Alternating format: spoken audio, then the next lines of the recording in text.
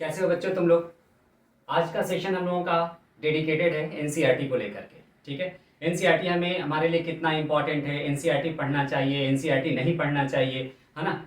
और different different perspective में हमारे लिए एनसीईआरटी कितना इंपॉर्टेंट है, हमें कितना उसको टाइम देना चाहिए, कितना वैल्यू देना चाहिए, ये सारी चीज़ें। ठीक है, कई बार ना एनसीईआरटी एक ऐसी बुक है जिसको लेकर के बहुत डिफरेंट डिफरेंट टाइप के डिफरेंट डिफरेंट व्यूज होते हैं। सब लोग अपने अपने तरीके से एनसीईआरटी के बारे में व्यू रखते हैं।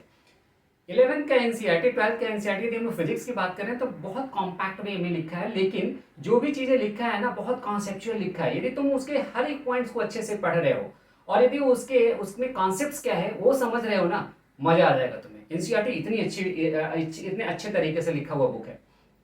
जिन लोगों को एनसीईआरटी समझ में नहीं आता, कई बार वो लोग बोलते हैं यार एनसीईआरटी बेकार है, एनसीईआरटी में टाइम देना बेकार है, तुम फालतू में उसमें टाइम खराब कर रहे हो, पढ़ोगे कुछ समझ में नहीं आएगा और वो अल्टीमेटली तुम उससे कुछ गेन नहीं कर पाओगे। ये बहुत गलत स्टेटमेंट है।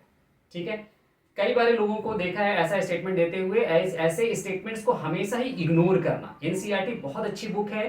पहली चीज तो देखोगे ना एनसीईआरटी के पहले ही चैप्टर पहले ही पेज पे जो एनसीईआरटी का पैनल देखोगे ना, पैनल का नाम देखना, बहुत अच्छे टाइप के एमिनेंट पर्सनालिटीज हैं जिन लोगों ने इस बुक को कंपाइल किया है, राइट।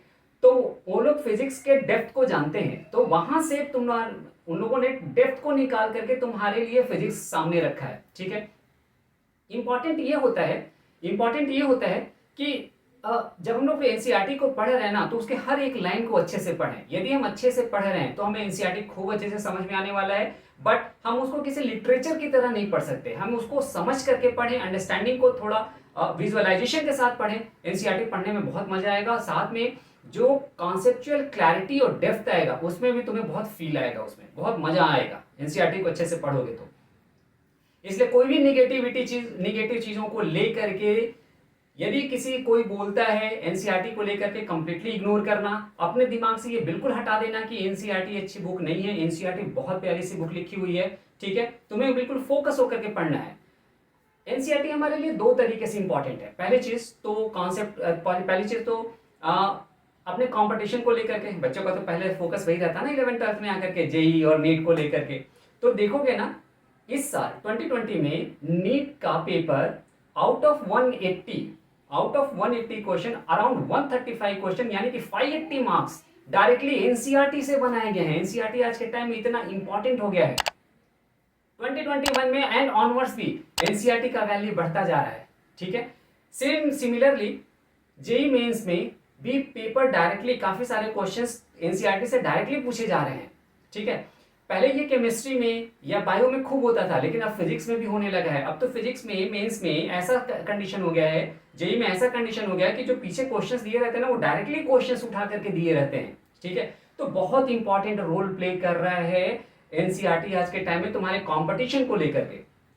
कंपटीशन एक जगह पे, दूसरी जगह यदि हम सब्जेक्ट पढ़ रहे हैं, फिजिक्स जैसे सब्जेक्ट पढ़ रहे हैं, तो हमारे लिए कॉन्सेप्ट्स भी इंपॉर्टेंट है, राइट। अब ये है कि भाई कॉन्सेप्ट, भाई आगे हम कुछ भी पढ़ाई करने जाएं, चाहे हम इंजीनियरिंग पढ़ने जाएं, चाहे हम मेडिकल पढ़ने जाएं, या हम सिंपल अपने ग्रेजुएशन और पोस्ट ग्रेजुएशन रिसर्च के लिए जाएं, तो हमारे पास सब्जेक्ट का डेप्थ होना, कॉन्सेप्ट का डेप्थ होना, दैट इज इक्वली इंपॉर्टेंट।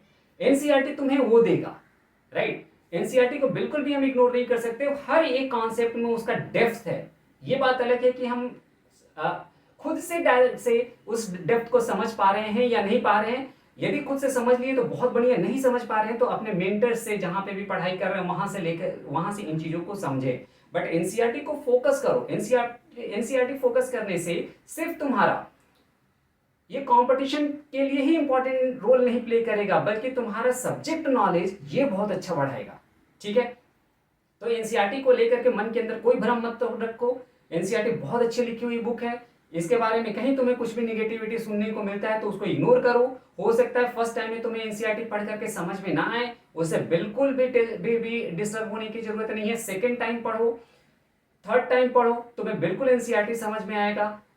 एक बार तुम्हें एनसीईआरटी समझ में आने लगा ना तो तुम्हें मजा भी बहुत आएगा, क्योंकि उसमें कॉन्सेप्ट्स को बहुत अच्छे तरीके से प्रेजेंट किया हुआ है। ठीक है, तो एनसीईआरटी तुम्हारे लिए एक बहुत अच्छी बुक है ऑल टुगेदर, राइट। अब इंपॉर्टेंट ये चीज है कि एनसीईआरटी को पढ़ना कैसे है, राइट। मतलब यदि हम कोई भी चैप्टर पढ़ने जा रहे हैं तो एनसीईआरटी को कैसे हमें पढ़ना है।